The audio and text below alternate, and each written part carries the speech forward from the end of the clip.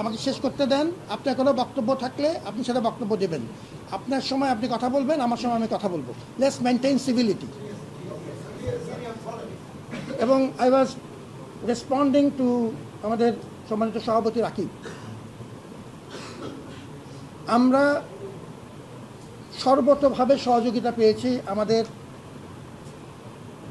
বিভিন্ন শিক্ষকদের যে ফোরামগুলো আছে, শিক্ষক নেটওয়ার্ক, সাদা দল, আমাদের ইউট্যাব, আমরা চেষ্টা করেছি সবাইকে নিয়ে কাজ করার এবং ভালো মন্দ মিলিয়ে আমরা বেশ কিছু বড় মাপের সফলতা পেয়েছি। আমি সাধারণত বাগাড়ম্বর করি, এটা আমার অভ্যাস না।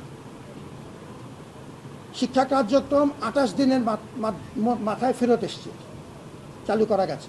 হলগুলোতে আপনাদের সহযোগিতায় একরকম প্রথমবারের মতো গণরুম সংস্কৃতি বহু বছর পর বন্ধ হয়েছে। বিশ্ববিদ্যালয়ের প্রশাসন হলগুলো, রুমগুলো বরাদ্দ দিচ্ছে প্রথমবারের মতো। আমি প্রেক্ষাপটটা বলছি so that you can see the big picture. প্রথমবারের মতো হল প্রশাসন হলের সিটগুলো বরাদ্দ দিচ্ছে প্রথমবারের মতো। প্রথমবার বলছি, প্রথমবার, when I say this I mean this। প্রথম বর্ষের শিক্ষার্থীরা সিট পাচ্ছে। যাদের থাকার একান্ত অসুবিধা আছে তাদেরকে আমরা বিশেষ বৃত্তির ব্যবস্থাও করেছি। নারী শিক্ষার্থীর সংখ্যা বেড়েছে। আমরা বহু দেন দরবার করে সরকারি সহযোগিতায় 2841 কোটি টাকার একটি প্রজেক্ট এসছে। আমাকে শেষ করতে দেন। You have to see the big picture. আমরা আমাদের তরফ থেকে সমস্ত চেষ্টা করেছি। আমার কথা শেষ করতে দিতে হবে। এই প্রেক্ষাপটে আমি সর্বতোভাবে সবাইকে সাথে নিয়ে চলার চেষ্টা করেছি এবং বেশিরভাগ ক্ষেত্রে সহযোগিতা পেয়েছি। সহযোগিতা না পেলে দূর পর্যন্ত আসা যেত না। আমার এই ক্ষেত্রে উত্তর খুব পরিষ্কার। আমি জ্ঞানত কোনো নির্দিষ্ট রাজনৈতিক ঘরনা বা দলের প্রতি আমি কোনো রকম আনুকূল্য প্রদর্শন করি না। আমি সবাইকে নিয়ে চলতে চাই, সেটাই আমার পথ। আমি একটা নির্দিষ্ট সময়ের জন্য এখানে এসেছি on a salvage operation and I am gonna follow this through this ideology. 2 নম্বর পয়েন্ট, জামাত ইসলামীর যে সমাবেশের কথা আমাদের রাকিব উল্লেখ করলেন, আমি এক সমাবেশ হচ্ছে, মানুষ জমছে, এরকম একটা কথা বিকেল 4টা থেকে শুনতে পেয়েছি। আমাদের নিজেদের মধ্যে আলাপ হয়েছে। আমি পুলিশের কমিশনার মহোদয় এবং স্বরাষ্ট্র উপদেষ্টা মহোদয় দুজনের সাথে আমরা কথা বলেছি। এটা একটা বড় কনসার্ন, কারণ এখন আমরা একটা শান্তিপূর্ণ অবস্থায় শেষের দিকে এসেছি। আমরা সবাইকে মিলে এই কাজটি করতে চাই। সাংবাদিকদের অনুপ্রবেশ সহ অবাধ যতদূর সম্ভব চেষ্টা করছি সবাইকে নিয়ে এটা করতে। এই সময়ে বাইরের কোনো একটা উত্তেজনা বা উস্কানি আমাদের জন্য অত্যন্ত বিপজ্জনক। আমি ধন্যবাদ জানাই যে এই সংবাদটি আপনাদের তরফ থেকেও রিকনফার্ম করা হয়েছে। পুলিশের তরফ থেকে এবং অন্যান্য আইনশৃঙ্খলা তরফ থেকে আমাদেরকে পরিষ্কার জানানো হয়েছে যে গোয়েন্দা তথ্য সহ তারা চেষ্টা করছে স্পেসিফিকলি আইডেন্টিফাই করতে এবং কন্টেইন করতে। কন্টেইনের পথটি 8টি প্রবেশ পথে অলরেডি তারা করেছে। এখন আপনাদের এই তথ্যটা আমি নিশ্চিত জানি, হয়তো তারা অলরেডি জানেন, এটাও আমরা জানাবো। আমরা আমাদের তরফ থেকে চেষ্টা করছি সবার সাথে। এই জন্যই ইনফ্যাক্ট এই মিটিংটা করছিলাম, যে আমাদের সম্মানিত সহকর্মী যারা আমার প্রতিদিনের সাথী তাদেরকে নিয়ে বসছিলাম এই নেক্সট স্ট্র্যাটেজিটা কী হওয়া উচিত আমাদের সেটি নিয়ে আলাপ করার জন্য। That was the one of the major reason for being here. সুতরাং এই তথ্যের জন্য আমি ধন্যবাদ জানাচ্ছি। আমাদের তরফ থেকে আমরা কনসিস্টেন্টলি কাজ করছি। আমি পুলিশের সাথে গত 4টা 20-25 মিনিট থেকে এখন পর্যন্ত আমরা ন্যূনতম 3 বার কথা বলেছি, ইনক্লুডিং আমাদের মাননীয় স্বরাষ্ট্র উপদেষ্টা। আমরা আমাদের তরফ থেকে পূর্ণ সচেতন আছি এবং আমি খুব বিনীতভাবে আমার প্রত্যেক অংশীদারের সহযোগিতা চাই। বিশেষ করে ছাত্রদল একটি গুরুত্বপূর্ণ বড় আমাদের ছাত্র সংগঠন, তাদের সহযোগিতা চাই। বাংলাদেশের সবচেয়ে সেনসিটিভ একটা নির্বাচনে আপনি গত সকাল থেকে যে সারা দেশের জামাত শিবিরের নেতাকর্মীদের এখানে জড়ো করছেন, এখানে আপনাদের সাথে গোয়েন্দাদের একটি সমন্বয়ের মাধ্যমে ইলেকশনটা পরিচালিত হওয়ার কথা। কোনো গোয়েন্দা তথ্য আপনাদের কাছে ছিল না, আপনি এখন এখন ইনফরমেশন পেয়েছেন বলে যেটা বলতেছেন, তো এইটা কোনোভাবেই মানার মতো না। সারা দেশ থেকে যখন আনছে, আপনাদের কি কোনো গোয়েন্দা তথ্য দেয় না বিশ্ববিদ্যালয় প্রশাসনকে, বা আপনাদের সাথে তাদের কোনো সমন্বয় হয় না? তাহলে স্বীকার করেন যে তাদের সাথে আপনাদের সমন্বয়হীনতা রয়েছে। যদি সমন্বয় থাকে তার মানে আপনি তথ্য আগে পেয়েছেন, তার কোনো ব্যবস্থা নিলেন না। ঠিক আছে, আমি একটু শেষ করি, এটা উত্তর দিই না, একটু উত্তর দিতে হবে প্লিজ, লেট মি, আমি ওনাকে স্পেসিফিক উত্তর দিই। প্রথম কথা হচ্ছে, আমি গোয়েন্দা তথ্য শুধু আজকে না, ঢাকা বিশ্ববিদ্যালয়ের প্রশাসনের সাথে পুলিশ প্রশাসনের নিয়মিত যোগাযোগ আছে, গোয়েন্দা তথ্য আমরা অবশ্যই পাই। আমি যে কথাটি বলেছি, let me repeat and please hear me out clearly. আমি বলেছি যে এই গণজমায়েতের মতো যেটা হচ্ছে, এ থেকে কত বড় মাপের জমায়েত ইত্যাদি, এই তথ্যগুলো দুপুরের পর থেকে শুরু হয়েছে। 4টার পরে 4:20 টাকা আমার যদি মনে আছে, এটি যখন কনসার্ন আকারে আসলো তখন আমরা যোগাযোগ করা শুরু করেছি যে এটার ফার্দার ফর্টিফিকেশন। এরকম তো না দ্যার ইজ এনি গ্যাপ। 8টা পয়েন্টে অলরেডি পর্যাপ্ত সংখ্যক আইনশৃঙ্খলা বাহিনী, আমাদের মানুষ সহ, আমাদের প্রক্রিয়াল টিম, আমাদের শিক্ষকরা এখানে উপস্থিত আছেন। তার সাথে যখন সংখ্যা বাড়ছে, এটা জানার কনসার্নটা আসার সাথে সাথে আমরা নতুন করে উদ্যোগ নিয়েছি। আপনাদের তথ্য আমাদের কাজে লাগছে, আমাদের নিজস্ব তথ্য আছে, সবাইকে নিয়েই সমস্যার সমাধান করার চেষ্টা করছি। সুতরাং দ্যার ইজ নো গ্যাপ। আপনার সাথে আমার কথায় কোনো পার্থক্য নেই। এরকম না যে আমি হঠাৎ করে আমি রাত্রে আজকে বা এই মুহূর্তে জানতে পারলাম। আমি আপনার মতকে সম্মান করি। আপনি যদি আমার কথা বিশ্বাস করেন আলহামদুলিল্লাহ, আপনি যদি বিশ্বাস না করেন আলহামদুলিল্লাহ।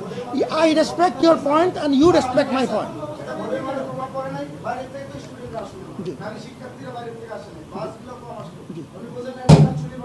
জি, আপনি চুপচাপ বসে যান, চুপচাপ বসে যান। যেটা বলছি, কোনো জায়গায় কোনো সময় শুনিনি আমরা কোনো আশা, কোনো সময় কথা আপনি বলেন,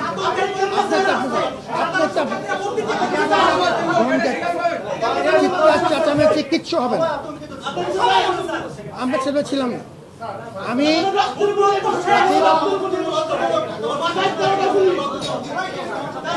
আমার সাথে চিৎকার চেঁচামেচি করে লাভ নাই বা I'm not that type.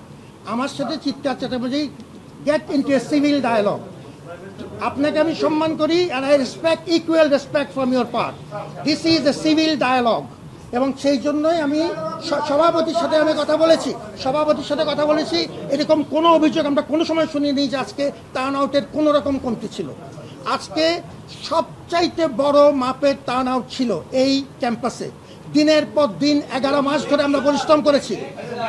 তোমার বক্তব্য তোমার, আমি সেটা সম্মান করি। আমি যেটা বললাম টু এভরিওয়ান, পুরো দেশের মানুষকে জানালাম।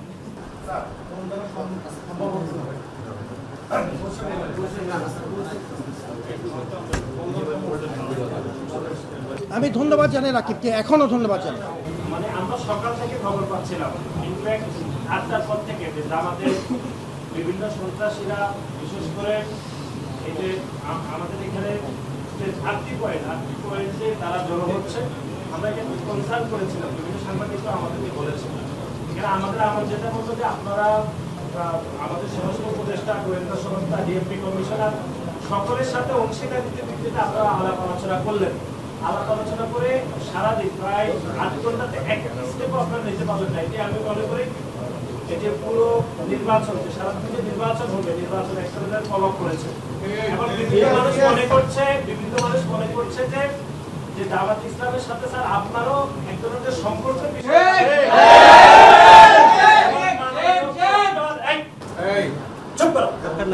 মাননীয় প্রফেসরের সাথে জামাতের এক ধরনের মানে বহুমাত্রিক সম্পর্কের বিষয়ে কথাবার্তা হচ্ছে। এগুলো বিশ্ববিদ্যালয়ের পরিবেশ, বিশ্ববিদ্যালয়ের শিক্ষকদের বিষয়ে আমাদের আস্থার পরিবেশ ব্যাপকভাবে বিনষ্ট হচ্ছে। কিন্তু সারাদিন চলে গেল, আপনারা কোনো ধরনের ব্যবস্থা নেন নাই বলে আমাদের মনে হয়েছে। এখন আপনি বললেন যে আপনি কনসার্ন ছিলেন, কিন্তু কোনো ধরনের কনক্লুশনে কিন্তু আসাই নাই।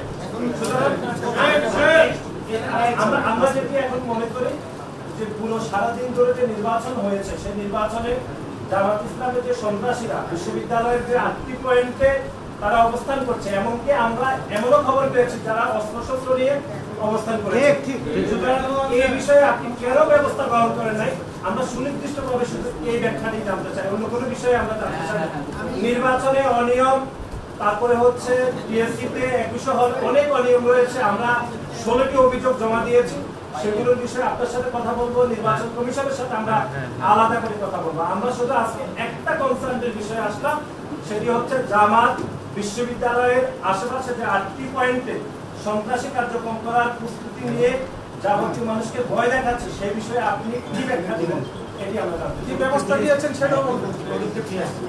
আমি এই প্রশ্নের উত্তর আগে দিয়েছি, এখন আবার দিচ্ছি। চিৎকার দিয়ে নতুন কোনো কথা শোনা যাবে না। আমি যেটা বলবো সেটাই বলছি।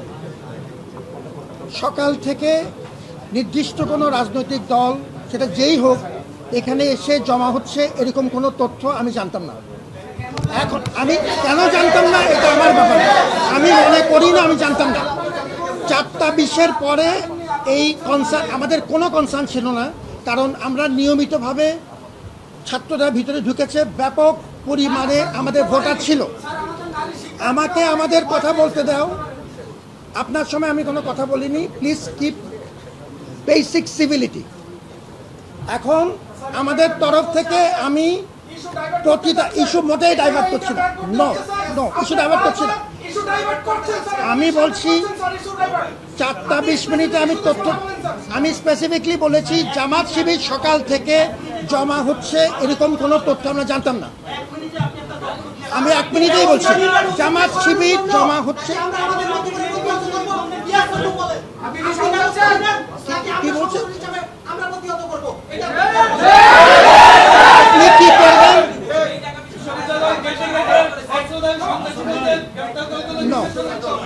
আমি এই তথ্য অস্ত্রধারী সন্ত্রাসী আছে আমি জানতাম না, এখনো বলছি, তাই বলছি 4টা 20-এর পরে কোনো কনসার্ন যদি হয়ে থাকে সেটা আমরা সাথে সাথে ব্যবস্থা নিচ্ছি। আজকে সারাদিন পুলিশ এখানে ছিল, পুলিশের নতুন প্লাটুন যোগ করা হয়েছে, সারাদিন র্যাব সোয়ার থেকে আরম্ভ করে প্রত্যেকটা স্টেপ নেওয়া হয়েছে। আপনার যে কথা যে কোনো স্টেপ নেওয়া হয়নি সেটি সম্পূর্ণ অসত্য। যেটি বলা হচ্ছে যে এই তথ্যটা সকাল 8টার থেকে আসবে সেটা আমি জানতাম না। আমি বলেছি বিকাল থেকে কনসার্ন যদি শোনা যাচ্ছে সঙ্গে সঙ্গে আমরা এটা এই কনসার্নের জন্য এখন নতুন করে ব্যবস্থা নিচ্ছি। সকাল থেকে কি করেছি? সকাল থেকে প্রত্যেকটা 8টা পয়েন্টে আমাদের লোকসহ কনস্ট্যান্ট রেকি করা হয়েছে, নতুন করে পুলিশের কন্টিনজেন্টের সংখ্যা বাড়ানো হয়েছে। আমাদের প্রত্যেকটা কেন্দ্রে সাংবাদিকদের সাথে একসাথে নিয়ে আমাদের 8টা কেন্দ্রে আমাদের মনিটরিং টিম কনসিস্টেন্টলি কাজ করেছে। পুলিশের সংখ্যা এখন পুরো কর্ডন অফ করা হয়েছে। এগুলো হচ্ছে সকাল থেকে কাজ। 4টা 20-এর পরে যখন এই তথ্য নতুন করে জানা গেল যে কিছু জনমায়েত হচ্ছে এবং সেটা আপনাদেরকেও যোগ হচ্ছে, এখন আমরা এই বিষয়ে পদক্ষেপ নিচ্ছি। So we have acted.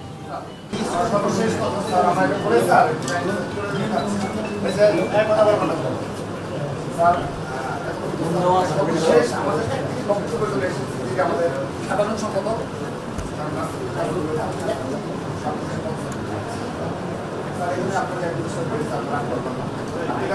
অপ্রাসঙ্গিকভাবে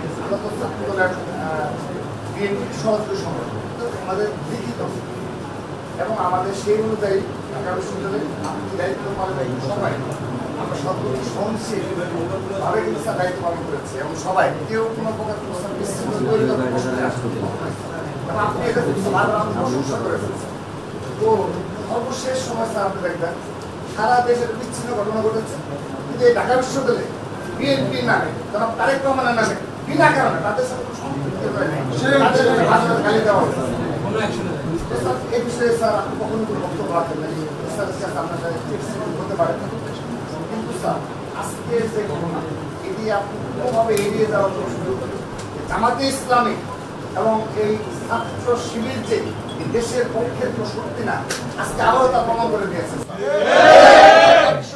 শিক্ষার্থীদের ভোট দিয়ে তারা নির্বাচন সম্পন্ন করবে, সেখানে তারা প্রতিটি গেটে সকাল থেকে তারা অবশ্যই কোনো ভিন্ন উদ্দেশ্য রয়েছে স্যার। এখন স্যার আমরা আজকে আনুষ্ঠানিকভাবে স্যার আনুষ্ঠানিকভাবে আমরা এবং আপনি স্যার যখন দায়িত্ব নিলেন স্যার, তারপরে আপনাকে যিনি পাহারা দিয়ে রেখেছেন তিনি আজকে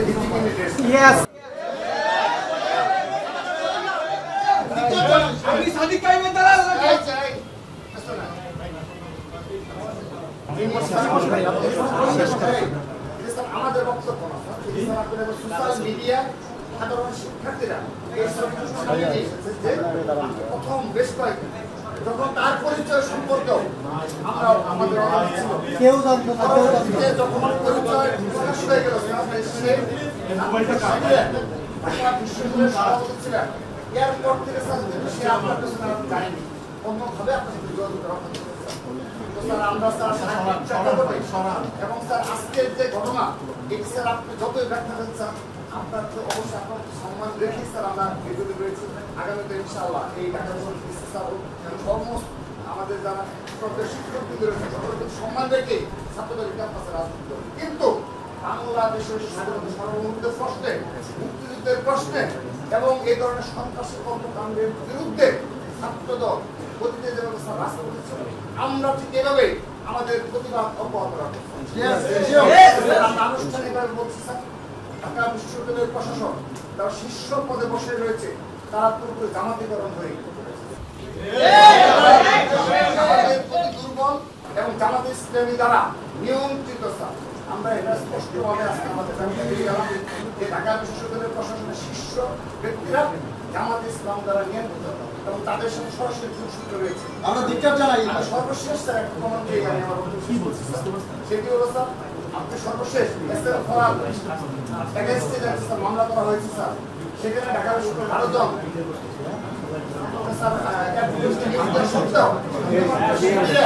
সাবেক সাধারণ সম্পাদককে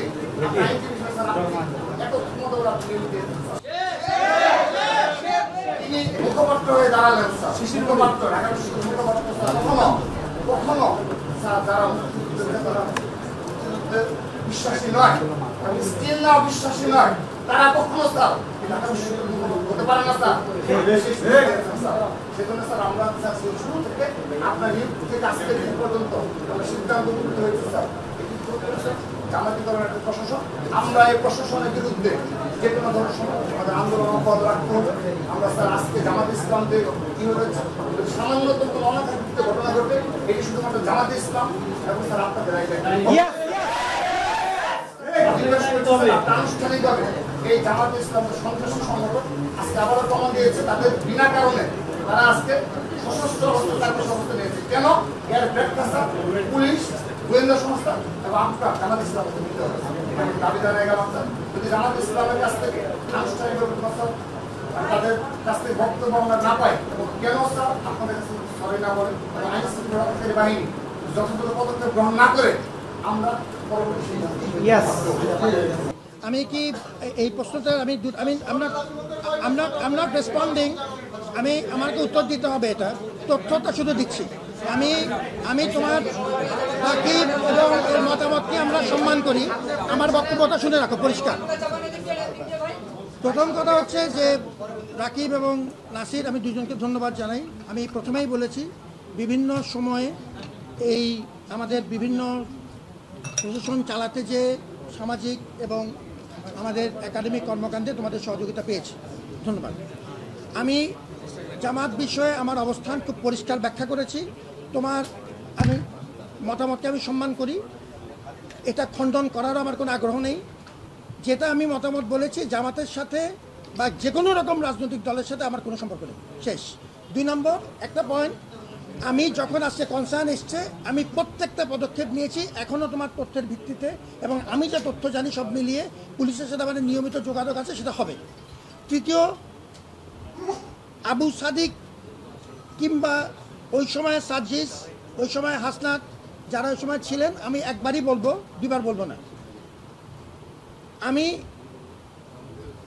ওই সময়ে দায়িত্ব নেওয়ার পরে সম্পূর্ণ অস্থিতিশীল একটি অবস্থাতে আমি দায়িত্ব ভাগ করে দিতাম কোটা মুভমেন্টের কিছু ব্যক্তির কাছে। আমি খুব পরিষ্কারভাবে বলে দিচ্ছি, আবু সাদিককে আমি ব্যক্তিগতভাবে তার দলীয় পরিচয় কিছুই জানতাম না, জানা কোনো প্রয়োজনও মনে করি। 2 নম্বর, আমি ওই সময়ে শেষ করতে দিতে হবে। ওই সময়ে আমি বলে দেই, আমি ওই সময়ে কাজ ভাগ করে দেওয়ার জন্য মেডিকেল, আমাদের যারা ওই সময়ে আহত মানুষজন ছিলেন, বিশেষ করে আমাদের শিক্ষার্থীরা, মেডিকেলের এই ভিজিটগুলো সমন্বয়ের জন্য আমি একে দায়িত্ব দিয়েছিলাম। আমি সার্জিসকে অনুরোধ করেছিলাম বন্যা এবং রিলিফ সংক্রান্ত যে কাজগুলো হচ্ছে সার্জিস যেন আমাকে সহযোগিতা করে। হাসনাতকে আমি অনুরোধ করেছিলাম ওভারঅল ওই সময়ে আমার নতুন দায়িত্ব নেওয়ার পরে বিশ্ববিদ্যালয়ের যে রাজনৈতিক স্থিতিশীলতার প্রশ্ন এই বিষয়ে আমাকে পরামর্শ দিতে। আমি কোটা মুভমেন্টের আন্দোলনকারীদের বেশিরভাগের সাথে বিভিন্ন পর্যায়ে আমি যোগাযোগ রেখেছি, যেহেতু তারা আমার সাথে যোগাযোগ রেখেছে। এবং ঠিক একই চুক্তিতে যখন তুমি যেরকম রাজনৈতিক পরিচয় তার তখন জানতে কিনা আমি জানতাম না, কিন্তু আমি জানতাম না দ্যাটস নিশ্চিত। অফিসিয়ালি যখন এখানে ডিক্লারেশন দেওয়া হলো রাজনৈতিক দলের কর্মী হিসাবে আমরা যে সবার সাথে যেভাবে ট্রিট করি সেভাবে তার সাথে ট্রিট করা হয়েছে। ওই সময় 3 জন আমার সাথে নিয়মিত কাজ করেছেন এবং 3 জনকে আমি দায়িত্ব ভাগ করে দিয়েছি নির্দিষ্ট। ওই সময় আমার ট্রেজারার আমার সাথে তখন ছিলেন নিয়মিত, আমার তখন একমাত্র সাথী তখন উনি, মাত্র এরপরেই আমার একটু একই সাথে আমরা আমাদের প্রক্টরও জয়েন করলেন, তারপরে পরে আমাদের প্রভুসি জয়েন করলেন। ওই সময়ে আমরা নির্দিষ্ট দায়িত্ব ভাগ করে কোটা মুভমেন্টের, আমার এটাও মনে আছে যে কোটা মুভমেন্টের ওই সময় আমরা 7 কলেজের সাথে যে বারবার আমাদের নানা রকম কিছু জটিলতা হচ্ছিল, সমন্বয়ের বিষয় ছিল, ওখানে আমি 2 জনকে দায়িত্ব দিয়েছিলাম কোটা মুভমেন্টের তরফ থেকে। সুতরাং আমি যা বলেছি এটা আমি আমার তরফ থেকে বললাম। এখন কেউ এটা গ্রহণ করবে কেউ গ্রহণ করবে না, এটা নিয়ে আমার কোনো মাথা ব্যথা নেই। আমি তথ্যটা জানালাম, আমার উপরে আল্লাহ আছে, I am gonna follow this suit as I am saying. এবং তোমাদের এই মতামতের জন্য ধন্যবাদ জানাই।